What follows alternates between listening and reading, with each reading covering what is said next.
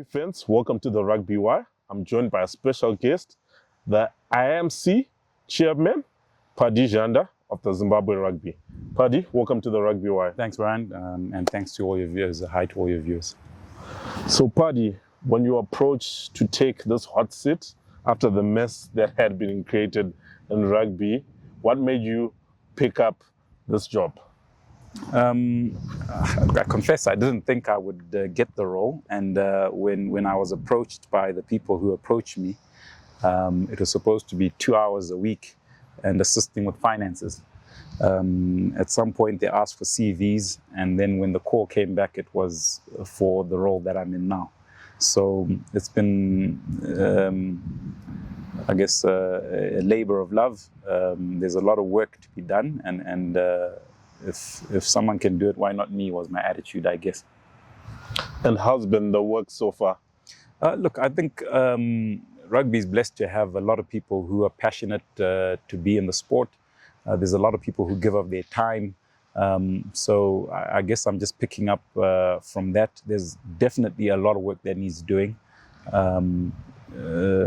You know, my background, I think, is more around trying to get systems and processes in place, entrench governance processes so that it makes whoever's going to come in after us, it makes their job a lot easier. It's very, very difficult to get an organization like this going if it's done on an ad hoc basis. So really a lot of emphasis and effort going into entrenching systems and getting everyone to understand their role in the system.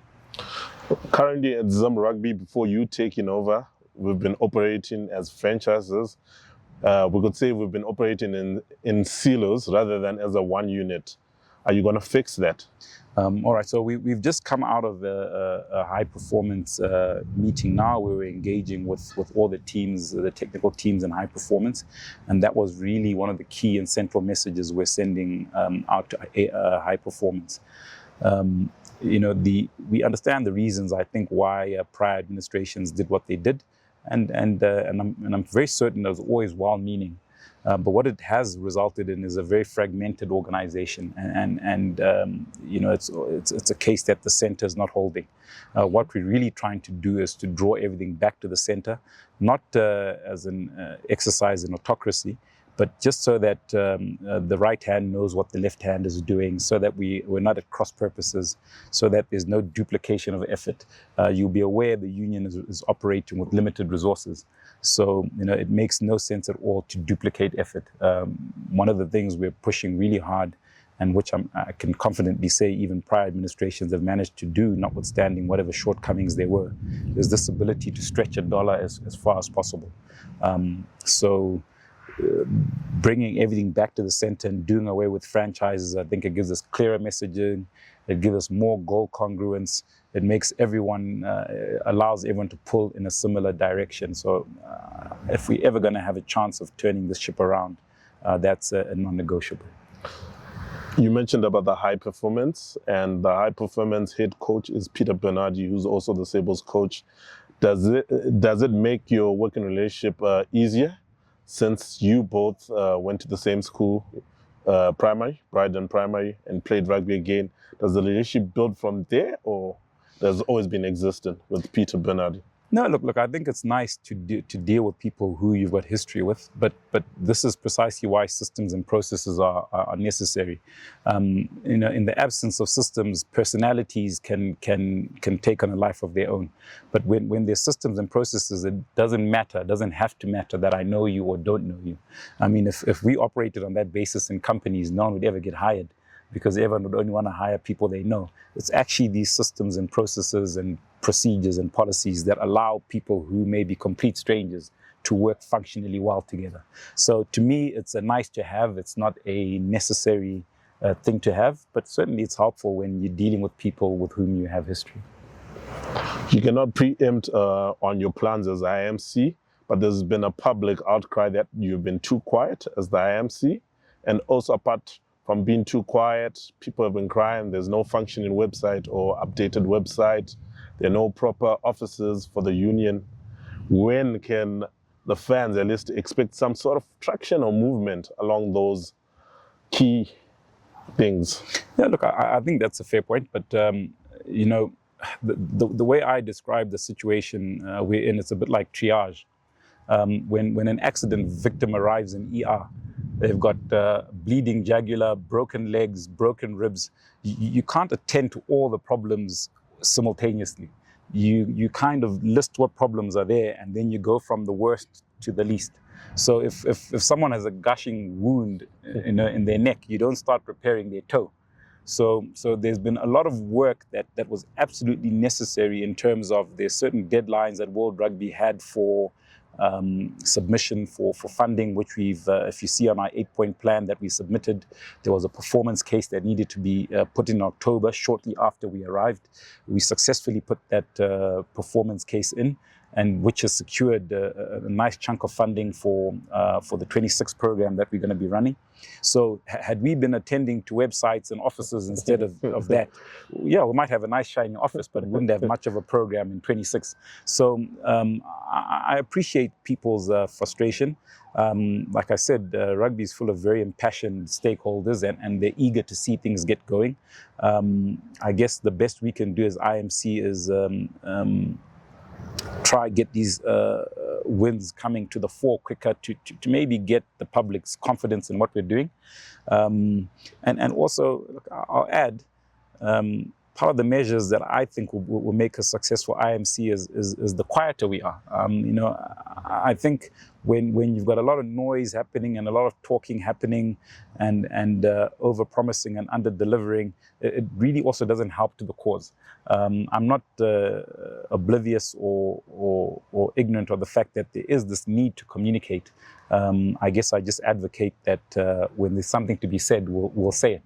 We don't want to get caught in the trap of saying things for the sake of saying them.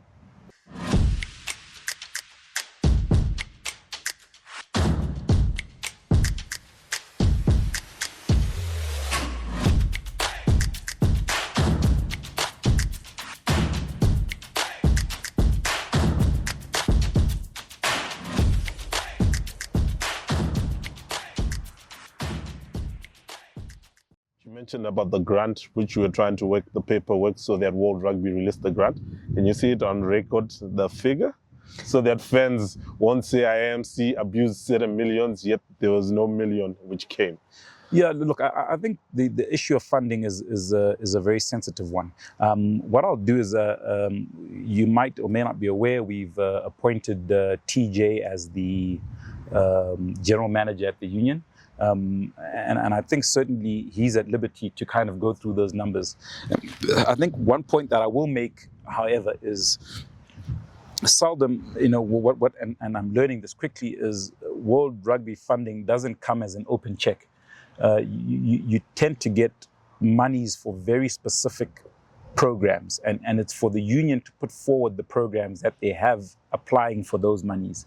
So the danger of putting a figure out, and it'll be well within TJ's rights to put those figures out and explain what those figures are for, is you say I received $100 and everyone in the system believes that $100 is available to them, and it's not. So if you get a strength and conditioning, money for strength and conditioning, that money comes with very strict conditions and reporting conditions that you've got to put your strength and conditioning application to World Rugby. You give them the budget for what it is, and they say, okay, fine, we'll meet you at X amount. And then they'll say, well, we'll disburse this money to you per quarter, but in between each quarter, we need you to report back that you used the money according to the budget. So, you know, I guess the point I'm making is there's a million and one of these pockets of funding available. And the best we can do as the union is to continue to put forward programs that or apply from those pockets and put our best foot forward in those applications so that we're successful whenever we apply for funding for programs. You're an accountant, you come from an accounting background. Do we now have a reputable accounting firm auditing our books? No, look, we have a registered auditing firm that is doing the audit for the books.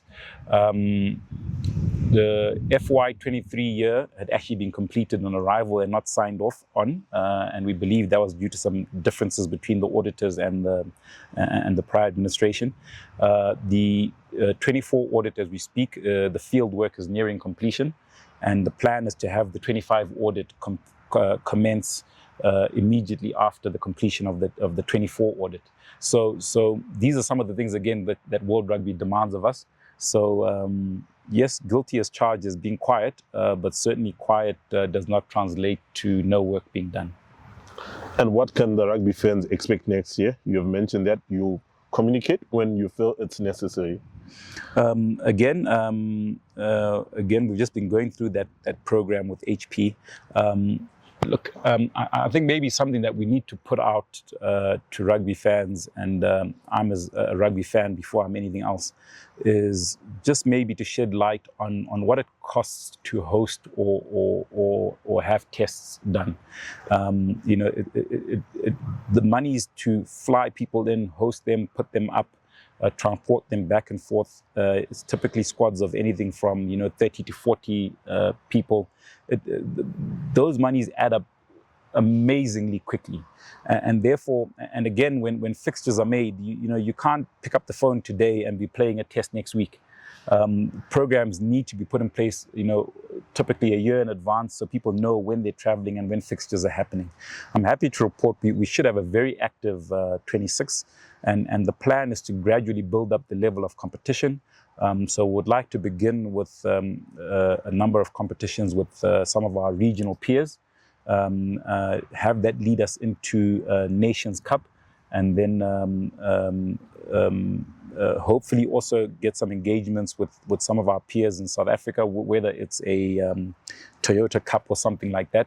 A lot of these things are still in flux, and we're trying to get them nailed down. But what we can definitely assure you is a calendar of fixtures, of quite a number of fixtures next year. Roughly how many games you've mentioned, you've thrown around? Roughly how many games? So already there's the Nations Cup generates 6 games. We've got Victoria Cup, which we're trying to get battened down. That could potentially be anything from another 4 to 6 games. We've got, before Nations Cup, these regional games I'm talking about, that could be another 4 to 6 games. So when you add that up, we could very easily end up at, a double-digit number of games played next year. We're still chatting to the IMC Chairman, Paddy Zhanda.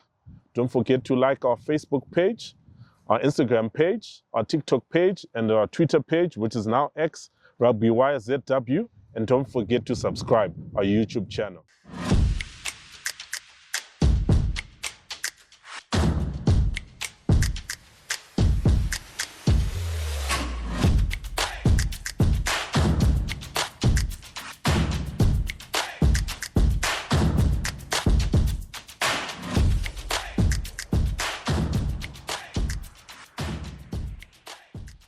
Rugby fans, we're still tuned into the Rugby Wire. We're still with the IMC Chairman, Paddy Zhanda.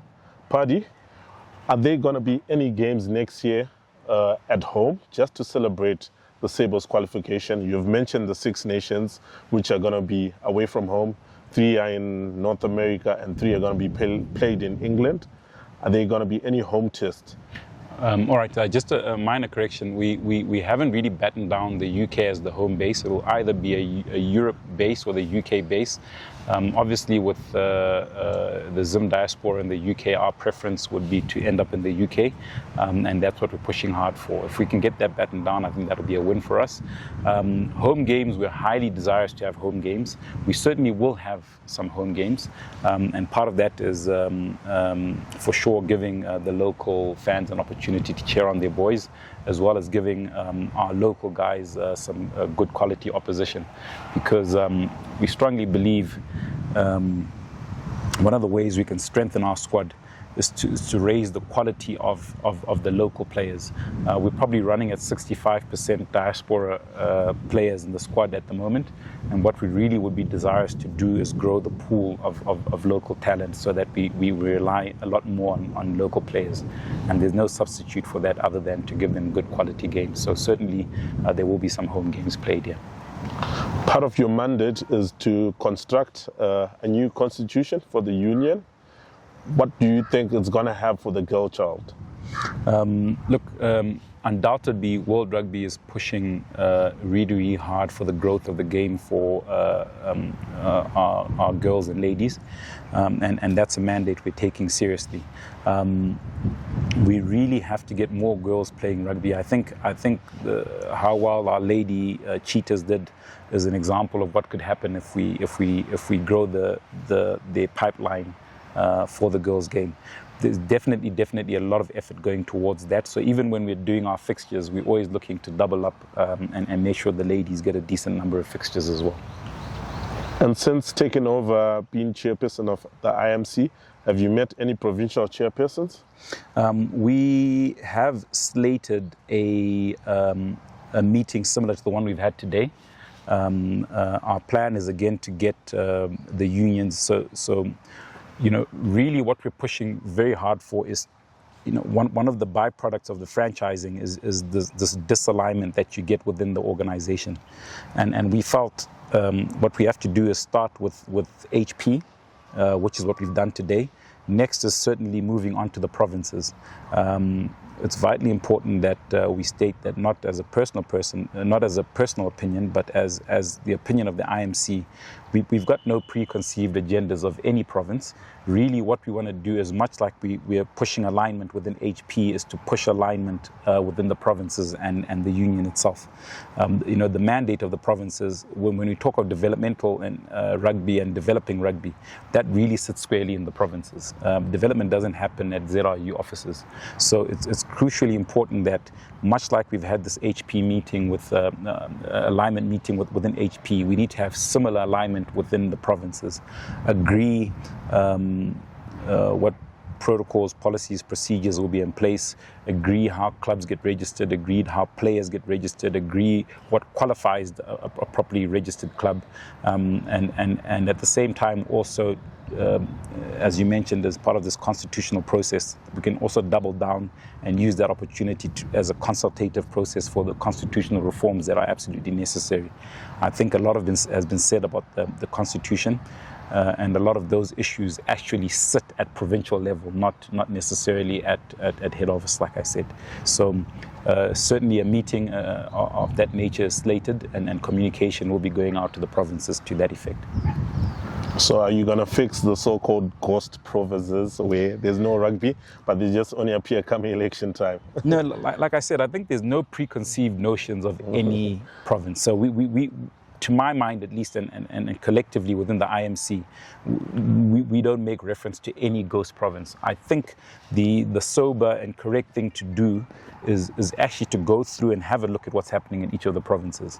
And one thing I always say is, I